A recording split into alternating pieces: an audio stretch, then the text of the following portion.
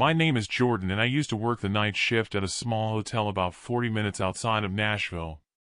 I want to be clear about what kind of place this was before I get into it, because the setting matters. It wasn't a chain hotel. It was a family-owned property, 2 floors, maybe 32 rooms total. The kind of place where truckers and traveling salespeople stayed because it was cheap and close to the highway. Not a lot of foot traffic after midnight. Most nights I could go 3 or 4 hours without seeing a single person, which honestly suited me fine at the time. I was 23, saving money, and the night differential made it worth it. The setup at the front desk was standard. Glass partition between me and the lobby, a monitor with the security feeds, a phone, the check-in computer. Behind me was a narrow hallway leading to a back room where I kept my coffee and my phone charger and spent most of the slow hours. There was a small speaker mounted near the ceiling that chimed whenever someone pressed the service bell at the desk. I could hear it from the back room, which meant I didn't have to sit up front all night. That detail becomes important. It was a Tuesday in late October. Cold enough outside that the parking lot had that particular stillness you only get in shoulder season, no movement, no ambient noise, just the orange glow of the lot lights on empty asphalt. We had maybe 8 rooms occupied. I checked the last guest in around 10:30, a woman with a rolling suitcase who thanked me and went straight to her room. After that, nothing. Around midnight a man came in. He buzzed the front door. Guests had key cards but walk-ins had to buzz, and I let him in from the monitor. He walked to the desk and stood at the partition. Mid-40s, tall, wearing a dark jacket and carrying a backpack. He asked if we had a room available. I told him yes, gave him the rate, and he handed me a credit card. I swiped it, it cleared. I assigned him room 214 on the second floor and slid the key card under the partition. He took it. He looked at me for a moment, maybe 3 seconds longer than was normal, with a blank, neutral expression. Then he turned and walked toward the elevator. I noted the interaction the way you note any slightly odd interaction in a job like that, filed it, moved on. Went back to the break room. Made coffee. About 45 minutes later I came back up front to check the system and noticed something wrong. Room 214 showed as vacant. Not occupied, vacant. I pulled up the check-in log. His name wasn't there. I checked the transaction record. The card payment hadn't processed. I went to the key card entry log, which records every time a room door is opened or closed. Room 214 had no entries since the previous guest had checked out that morning. He had never gone to the room. I looked at the security monitors. The lobby was empty.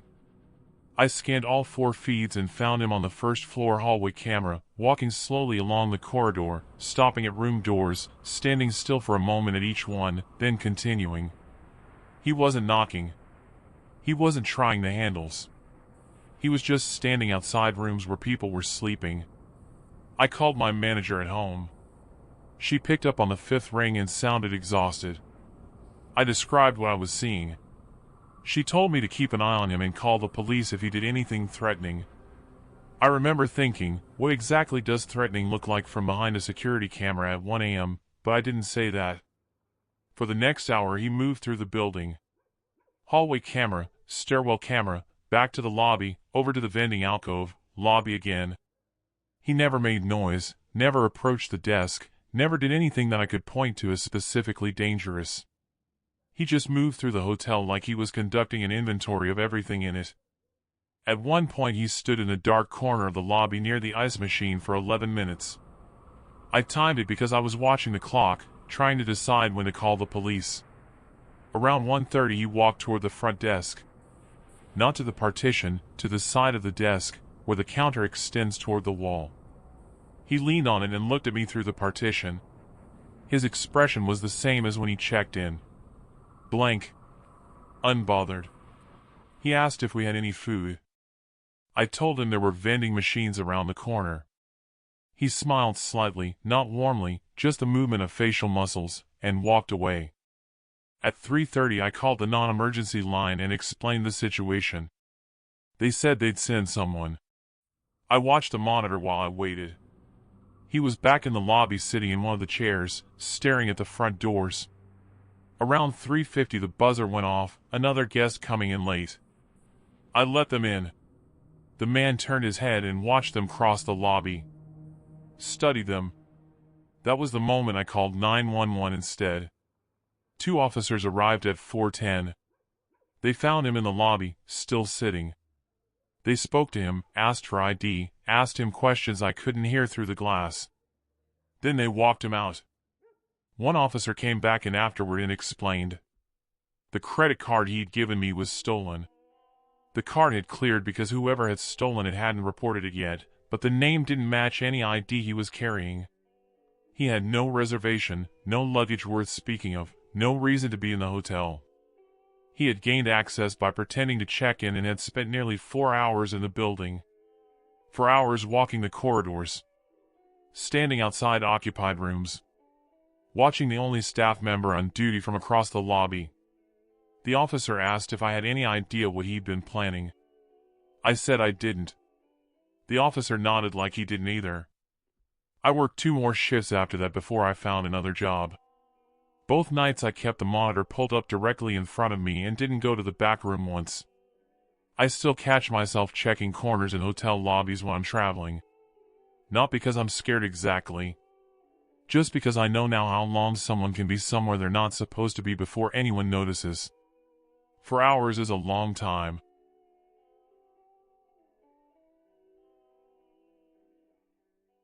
My name is Amber and I worked the overnight shift at a gas station on County Road 11 for almost 8 months. I don't work there anymore. I want to get that out of the way up front so nobody worries about the ending before we get there. The station was the kind of place that existed more out of necessity than anything else. Small town, 1 main road, and if you ran out of gas after midnight you either went there or you sat on the shoulder until morning. I took the job because the pay was decent for the area and because I genuinely liked quiet. The 1 a.m. to 7 a.m. stretch could go hours without a single customer. Just the hum of the overhead lights, the fog on the windows in cold weather, and the particular loneliness of being awake while everything around you is dark. I learned the rhythms of the place quickly. Which truckers came through on which nights. Which local kid would stop for an energy drink around 2 a.m. after his closing shift at the pizza place 2 towns over. When the lot would be genuinely empty and when it would have a car or 2 parked up near the pumps. I knew my environment. That matters because what happened to me wasn't some stranger walking in off the road at random. He introduced himself as Paul. The first time I saw him was about 6 weeks into the job, on a Thursday night around 1:30 a.m. He came in wearing a green jacket, older, maybe mid-40s. Messy hair, dry lips, the look of someone who spent a lot of time alone and had stopped apologizing for it. He didn't go to the coffee station or the chip rack the way most people did. He walked to the counter and stood there looking at me with this expression I can only describe as familiar. Like he already knew me and was waiting to see if I recognized him. I said hi and asked if I could help him. He said, "You always work this late?" Not a question. A statement. I said yeah, mostly. Made some comment about small town hours. He said, "I figured. I've passed through a few times. Noticed it's always you." I smiled and didn't respond the way I would have if that sentence had landed correctly in my brain. I filed it in the wrong category. Weird comment from a regular. Moving on. Then he said, "Meredith, right?" I wasn't wearing a name tag. I had stopped wearing it months earlier because the clip kept breaking. I froze. He saw me freeze.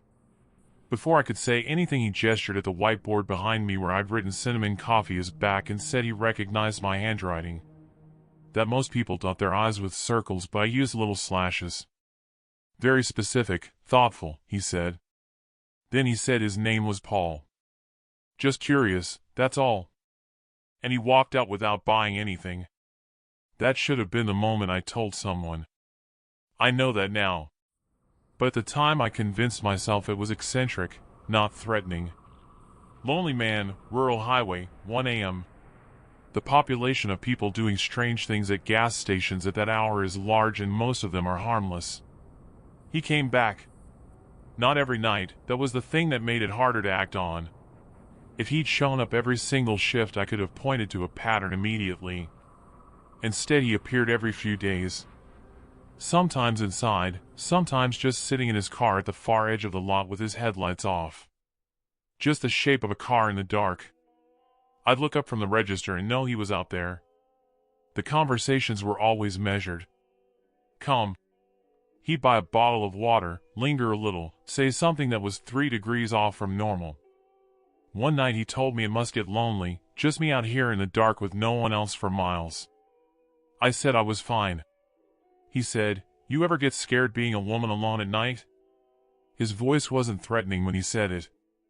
That was the part that stayed with me. It was neutral. Like asking about the weather. I told him I was fine and asked if he needed anything else. He said, "You always keep the door to the back room locked." Smart. I noticed you check it around 2 a.m. almost every night. I didn't answer. He smiled in this soft, almost apologetic way and said he didn't mean to make me uncomfortable. Then he left. That night I put a tire iron under the counter. I started walking to my car with my keys arranged between my fingers. I changed the curtains in my apartment. I showered with the bathroom door locked even when I was alone. A few weeks later I came back from my 10-minute break and found a Polaroid sitting on the counter. A photo of me refilling the windshield washer fluid bin on the side of the building. Taken from close. Too close to have been from across the lot. The slash dot on the word "I" in windshield on the bin label had been circled in red ink. He knew about the handwriting before he left that note. He'd been looking for it. That's when I understood that whatever this was, it had started before the first conversation. When he came in the following week, I told him to leave and said I would call the police if he didn't. He nodded slowly. Said he understood. Then he said, "I just think you're the kind of person who's used to being misunderstood. I thought maybe you'd appreciate someone who pays attention." I said that wasn't paying attention. That was obsession. He looked at me with complete composure and said, "Would it be easier if I wore a smile and brought a soda every night? Would I be more normal if I pretended I didn't notice the way your shoes are always a half size too big, or how your left eyelid twitches when you're tired?"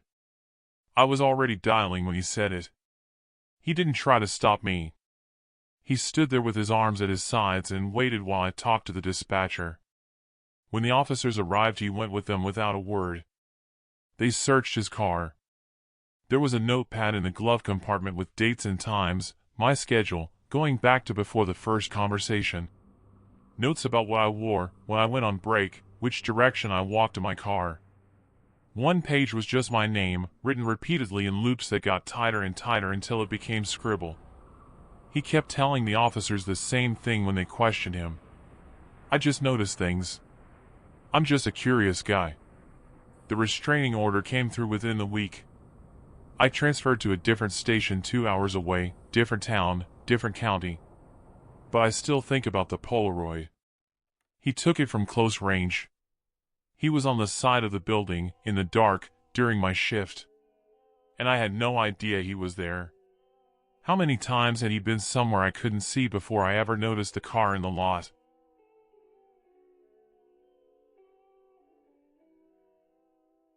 My name is Ethan, and this happened about a year ago when I was working the overnight stock shift at a large retail chain. I want to explain what the store was like at 2 a.m. because it's different from what you'd imagine if you've only ever been in one during normal hours. The lights are on, but at lower intensity in the sections that aren't being worked.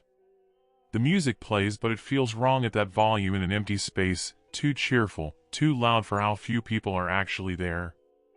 The store is big enough that you can be in the electronics section and not hear someone moving 2 aisles over. That vastness changes the way you process things. It makes the normal sounds of a building, settling, HVAC, refrigeration, seem more present because there's nothing else to mask them. I worked electronics and spent most of my shift restocking and tagging new inventory. My coworker Nicole worked the adjacent section. We'd been friends since our first week. She was funny and sharp and had this way of diffusing weird customer situations that I genuinely admired. The overnight crew was small, maybe 4 or 5 people total spread across a building that size. You could go 20 minutes without seeing another employee. Nicole told me about the man first. She mentioned him when I came back from my lunch break around 2:30. A guy had been lingering near her section for a while, she said, mid-30s, not shopping, just appearing in her peripheral vision and staying a little too long each time. She turned him down when he made a comment that crossed from flirty into something more specific, and he'd seemed displeased but left. I didn't think too much of it. Unwanted attention from customers was a regular part of Nicole's night in a way that it wasn't mine, and she handled it with more patience than it deserved. I went back to my section. He came back an hour later. Nicole was helping someone in the lumber section, so I was at the register alone. He approached and asked for Nicole. Said she'd agreed to meet him, that he'd asked her out earlier and she'd said yes. I knew immediately that was wrong. I told him she'd left for the day. He didn't believe me. His expression shifted from expectant to annoyed in a way that didn't feel proportionate. He said he wanted to speak with her directly. I told him that wasn't possible. He crossed his arms and asked why. I said the first thing I could think of, that Nicole was my fiancée. He looked at me in a way that was both surprised and contemptuous. Asked how someone like her could be with someone like me. I told him it didn't matter and that he needed to leave. He held eye contact for a few seconds too long and then walked out. Nicole found it funnier than I did when I told her. She said she'd rather be engaged to me than go out with him, which I'm fairly sure was a compliment. We didn't think about it again for a couple weeks. Then one night after dark, Nicole and I were breaking down cardboard near the registers to close up our section. We heard a bang on the glass front door. He was standing outside with his face pressed against it, staring in. His eyes had a quality I didn't recognize from the first encounter, something brighter and more unfocused, like whatever restraint he'd been operating with before was gone. I called out that we were closed. He said he needed to come in. Nicole told him she wasn't interested and to leave. He said he wasn't there for her. He looked directly at me and said that if he could take out her husband, she'd be all his. I told Nicole to go to the manager's office and call the police. I stayed at the door. He started ramming the sliding doors. Not kicking them, not prying, slamming his whole body against them in a rhythmic, deliberate way. The doors rattled hard enough that I genuinely thought the track was going to come loose. I had nothing to defend myself with.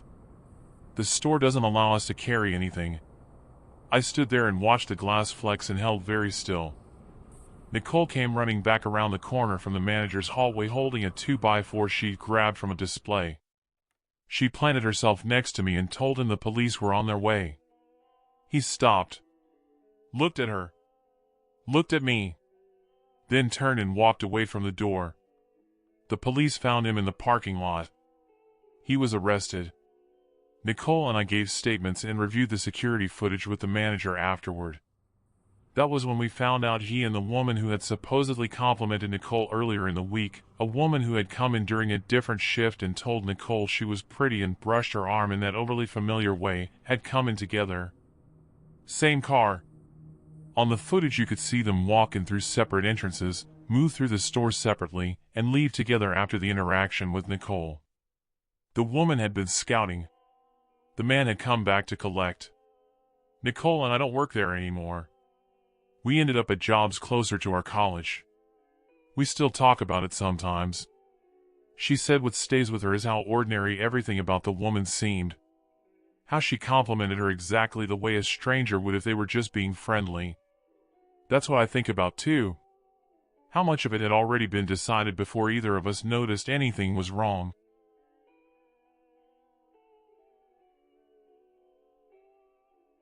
My name is Rachel and I worked closing and overnight shifts at a dive bar off Route 9 for almost 2 years.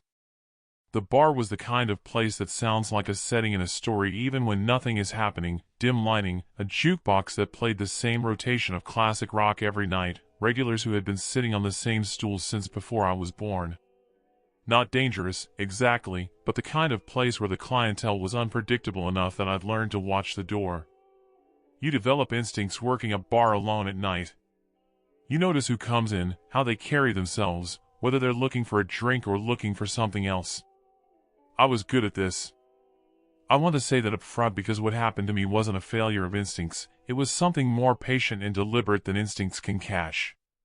He came in on a Tuesday, just after 1 a.m.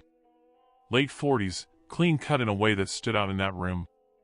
Black turtleneck, dark coat. Not showy, just expensive in the quiet way that real money usually is. Good posture. He glanced around the bar before he sat, which most people don't do. Most people walk to the first open stool. He walked to the one he wanted. He ordered top shelf without looking at the menu, which told me he knew what he wanted before he came in. I poured his drink and he asked if I liked working here. Normal enough question. I gave him my normal enough answer.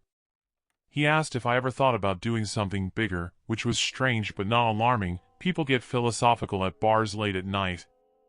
I smiled and said I was happy for now. After a pause he asked what time I got off. I gave him the vague answer I give everyone who asks that question. He didn't push. He smiled in a way that felt like he already knew.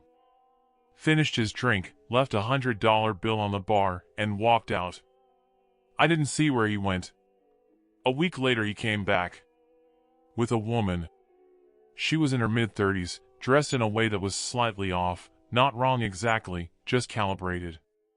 Like she'd researched what someone her age was supposed to wear to a place like this and assembled it carefully.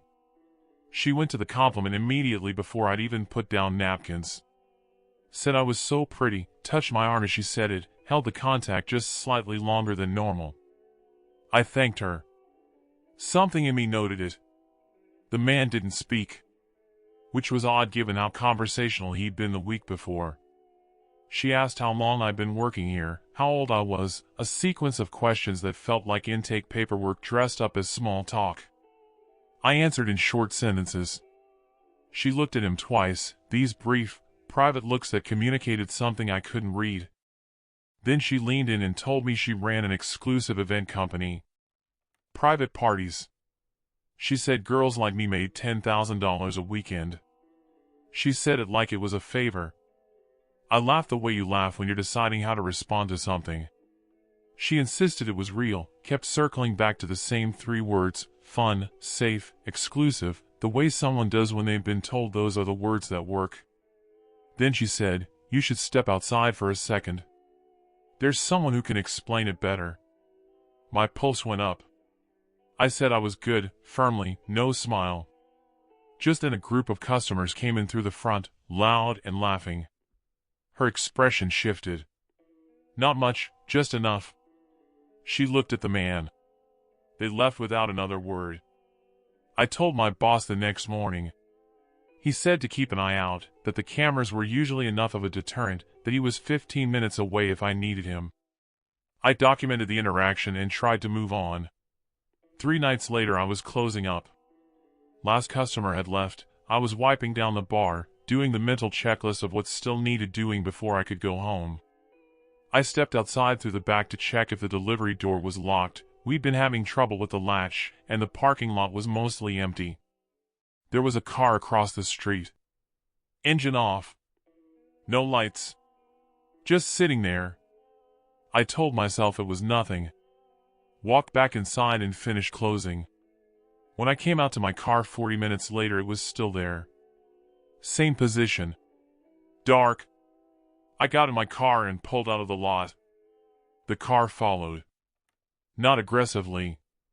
It stayed back far enough that if I'd been slightly less aware I might have convinced myself it was coincidence. I turned onto a side street, it followed. I turned again, still there. I could feel my hands getting cold on the steering wheel even though the heat was on. I didn't go home. I drove to the police station and pulled into the lot. The car accelerated and was gone before I'd finished parking. I filed a report.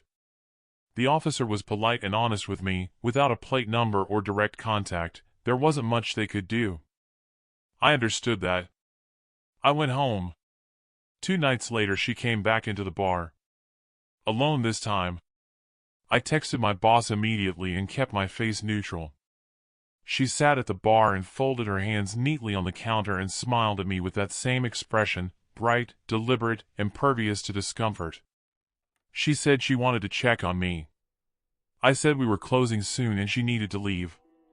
She asked for one drink. I decided making it would take long enough for my boss to arrive, so I turned around and started. Then I heard the front door. I turned around and she was gone.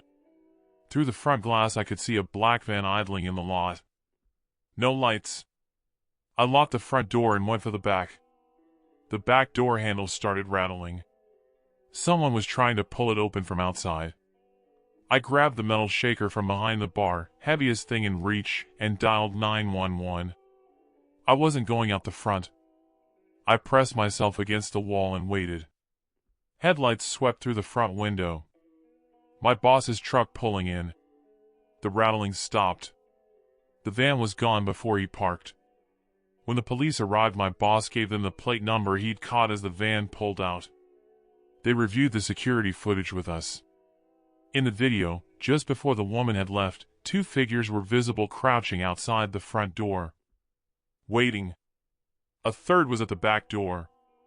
They'd been positioned before she walked out. That exit had been planned.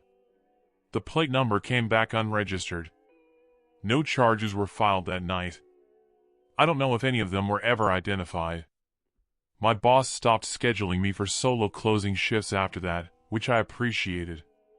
But the thing I keep coming back to is the $100 bill on the bar the first night, before any of it. Before the woman, before the van, before any of it became obvious. He already decided something that night. I was working alone and he'd seen everything he needed to see. He came back a week later because he was confident. I still work in bars. Different place, different part of town, always with other people on shift. I still notice who comes in and how they carry themselves. But now when someone leaves too good of a tip without explanation, I watch the door when they go.